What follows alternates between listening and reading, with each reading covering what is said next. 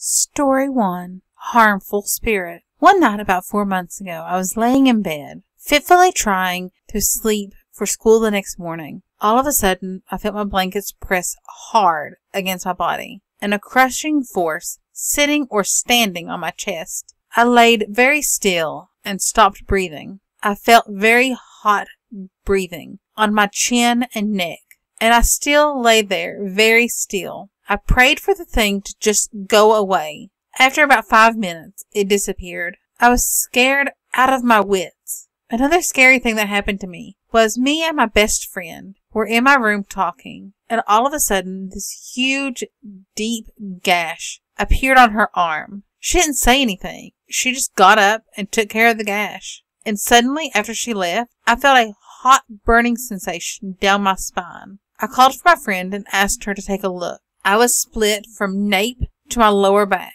It had even cut my bra strap in half. I freaked out and called an ambulance. When they came, the thing wouldn't let them in the house, or me and my friend out of the house. Shortly after this, we moved, and thankfully, whatever it was didn't follow. Story 2. A Ghostly Dream. Although I've experienced a number of supernatural occurrences, this ghostly dream was one of the most upsetting. It happened quite a long time ago, in the spring of 1977. I was a young divorced mom who had gone back to college to earn my master's degree and teaching certificate. I was living in family housing at the university that I was attending and doing my student teaching at a nearby middle school. Like most teachers who are genuinely interested in their students, I came to know many of the details of my students' lives. One 14-year-old boy in my reading class had had a particular difficult time, having lived in various foster homes. He was currently living in a group home, but hoping that his family would resolve their problems and be reunited in the near future. He used to stop by before class fairly often to kid around with me or tell me about the interesting things and people in his life. One day, just before spring break, he rushed up to my desk, obviously excited. He said, "I bet I'm going to have a better spring break than you. Everyone in our group home is going to take a bus trip down to Florida. We're going to Disney World." I joked with him about how he was going to have such a better time than me. I'd be staying in town, catching up on studying. I really hoped that he was going to have a really awesome time, something to look forward to. But I didn't think about his trip beyond that day. Spring break started, and I was busy with my own concerns. One morning during spring break, I couldn't quite seem to rouse myself completely in order to get out of bed and fix breakfast for myself and my son. Instead, I kept drifting off to sleep. As my preschooler gave up his attempts to wake me up and went off to find cereal for himself, I had a strangely vivid dream, so lifelike that I believed I was actually experiencing it. I was standing inside a moving bus. The bus was filled with children. Because I was in the very back, I couldn't see anyone's face, so I didn't know who the children were. Suddenly, the bus veered off the road and headed for a tree. I could see the impending accident, but I could do nothing about it. I heard screams, and I felt the impact. Next, I found myself standing on the grass at the side of the road. People who had been injured in the accident were laying on the grass in front of me, while rescuers worked to treat their injuries. It was a horrible scene, and I was upset. I was crying. Just then, someone came up to me. Although I couldn't see his face, I realized that I knew him from somewhere. He seemed to have 2 friends with him, who stood a bit apart from him, waiting while we talked. The person I couldn't quite recognize comforted me, repeated again and again that things were all right now, that everyone was okay, the tragedy was over.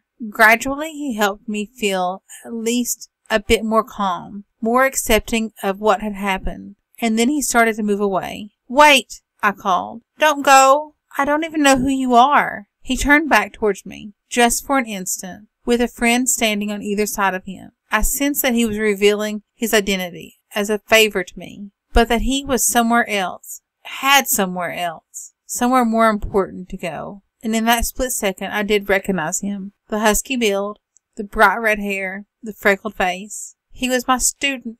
I called out his name, and he flashed me that beautiful smile. I became briefly aware that his 2 friends were somewhat younger than he.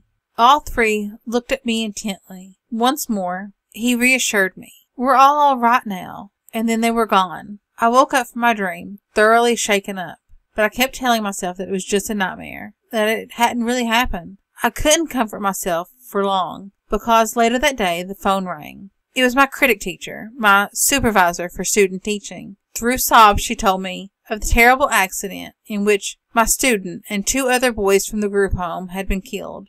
There was an open casket funeral nearby for all 3 boys, and I attended to pay my respects to my student and the 2 younger boys. I recognized them. They were the boys standing next to him in my dream. I don't think I'll ever quite get over the shock of that dream, but at the same time, I understand that it was an important experience. I am convinced that he came to me in that dream, not only to say goodbye, but to reassure me that people do exist after death, and that they can go to good places. Story 3. The house I grew up in. When I was little, we lived with my grandmother in her house. My younger sister and I shared a bedroom. I never slept with the doors shut.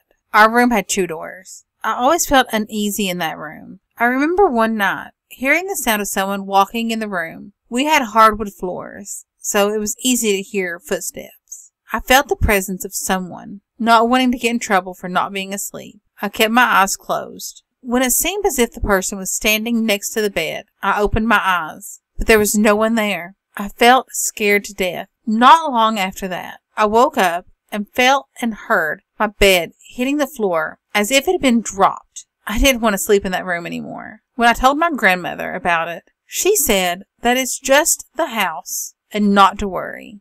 But I did worry, and I started to sleep in the living room. When I was older, I moved into another bedroom of the house, figuring that it would be safer. Again, I would sleep with the door open, but sometimes I'd wake up and the door would be closed. One night I woke up and the door was shut. I felt scared to death.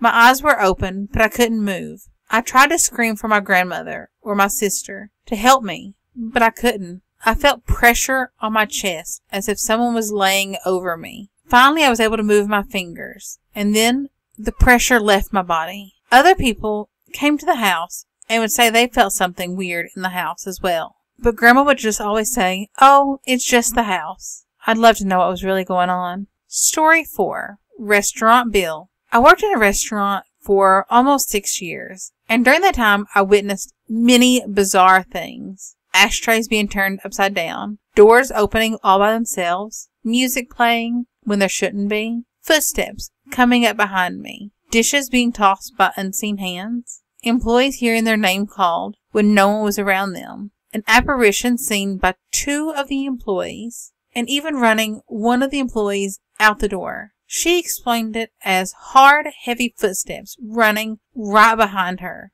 She was a skeptic until that moment. I named our ghost Bill. I always said goodnight to him when I closed at night. I recently had a tarot card reader come in to see if she could calm him down a bit, because he had just been so active. It must have worked. It must have calmed him down, because he's been a lot quieter.